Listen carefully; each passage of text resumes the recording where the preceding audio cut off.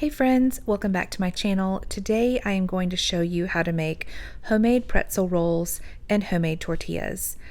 You know, if you've been around my channel for very long, that I love to keep things simple. I love to keep a well-stocked pantry, and I really love homemade, from scratch foods to feed my family and friends.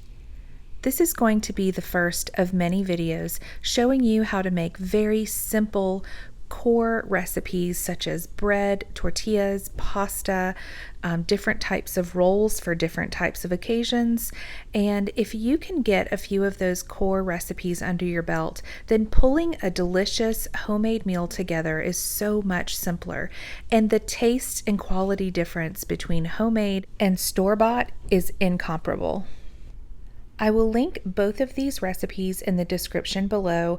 I followed them both to a T, and actually the tortilla recipe that I use in this video is new to me and I really liked it.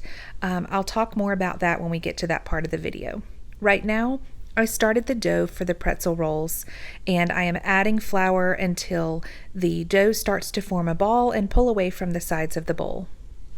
A few weeks ago, some friends had my family over for lunch. They told us ahead of time that we would be having sandwiches and veggies and fruit and chips, and her kids were telling mine how excited they were about sandwiches on the weekends because their mom picked up pretzel rolls and it just made the sandwiches special. Well, she was right, and the sandwiches were delicious. They warmed the pretzel rolls. We brushed the tops with butter and sprinkled them with coarse salt, and it took ham and cheese and salami totally to a different level. It was delicious, and it felt like we were at a gourmet deli having lunch. Of course, my kids came home later asking if we could purchase some pretzel rolls. Well, the answer was no, I'm going to figure out how to make them ourselves. I've been making our own sandwich bread and dinner rolls for years, and it's really amazing how the smallest difference in a recipe can really change the outcome of the product, particularly when you're talking about bread. For example, this recipe for pretzel rolls is very similar to my other bread recipes. However, instead of using honey or white sugar to develop your yeast in this recipe, you use brown sugar, which gives the finished product a much richer flavor. Another difference with the pretzel rolls is after you have divided and shaped your dough, you're going to place them one or two at a time in a pot of boiling water with baking soda. This is very similar to what you do when you're making bagels, which instantly begins to puff the dough, giving it a slightly chewier inside and a head start on a crispy outside. Make sure you don't leave your dough in the boiling water with baking soda for longer than 15 or 20 seconds, or your bread could end up with a slight metallic taste. Once you're finished boiling your dough, you're going to score it however you'd like with a sharp knife, and then brush the tops with butter. And I actually splurged a little and ordered pretzel salt from Amazon, and I would highly suggest you do the same if you want to try this recipe because it was delicious and really solidified that authentic pretzel flavor. After brushing the rolls with melted butter, you sprinkle generously with pretzel salt or coarse sea salt, and then into the oven they go. You'll know they're finished when they look like this. You want them a rich golden brown. These are by far our favorite sandwich bread at the moment. Now we'll move on to our tortilla recipe. And now, as I said at the beginning of the video, this was a new recipe to me. Tortillas are so simple. I mean, you can really just make them with flour, water, and salt if you wanted. It definitely helps to add some oil, and in this particular recipe, we added a little bit of baking soda as well. As with any dough recipe, you're going to continually add a little bit of flour and scrape down the sides until the dough forms a ball and begins to pull away from the bowl on its own. The more you work with dough, the more you'll be able to read it instinctively. If there ever comes a point where you have added too much flour and your dough ball is too crumbly and it's not forming, you can always add just a little bit more water to bring it back together. Here you can see that the sides of my bowl are coming almost all the way clean on its own as this dough ball forms. This particular tortilla recipe makes 12 tortillas. However, I wanted to make sure my tortillas were a little bit bigger than like a soft taco size. I decided to divide my dough into 8 even pieces instead of 12. I then rolled and tucked each piece into a nice round ball and covered it with a cloth napkin for 20 to 30 minutes before rolling and pressing.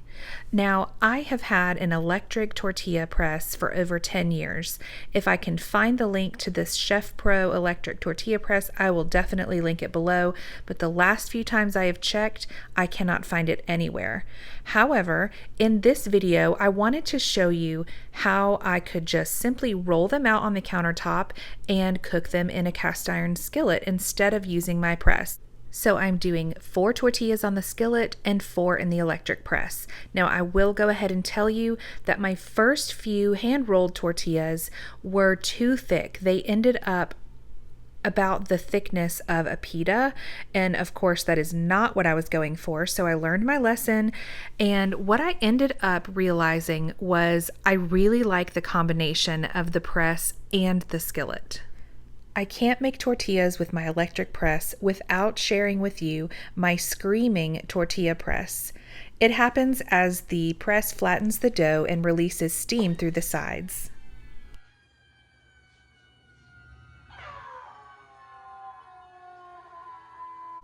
My kids always get a kick out of it and ask to help with the press.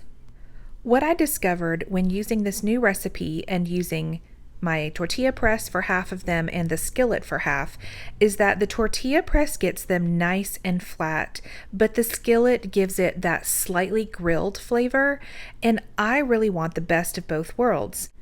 I've made tortillas since filming this video, and the changes I made were to turn the heat down to low on my electric press and use the press to get the dough nice and thin, but actually cook them in the skillet to give them that delicious grilled flavor. Tortillas are incredibly versatile and can produce some very quick meals on the fly. Enchiladas are one of my favorites. We make beef and bean enchiladas as well as green chicken chili enchiladas. You can also make a variety of burritos. Breakfast burritos are one of my family's favorites. Quesadillas are also incredibly simple, and you can use any vegetable, cheese, meat, or I have a fantastic vegan quesadilla recipe that calls for sweet potatoes, black beans, and kale. And let's not forget the soft taco. You could use fish, chicken, ground beef, steak. You can keep it simple with just meat and cheese, or you can add a variety of toppings. Your pretzel rolls can be used as a bun for a burger. You could put pulled pork or barbecued chicken on it. I plan on making a hot meatball sandwich with them. It would make a delicious BLT, or what we like to call a grown-up grilled cheese sandwich, with pesto, sliced tomato, and several different types of cheese. I'd love to hear from you in the comments if you decide to try one of these recipes. Thanks for watching.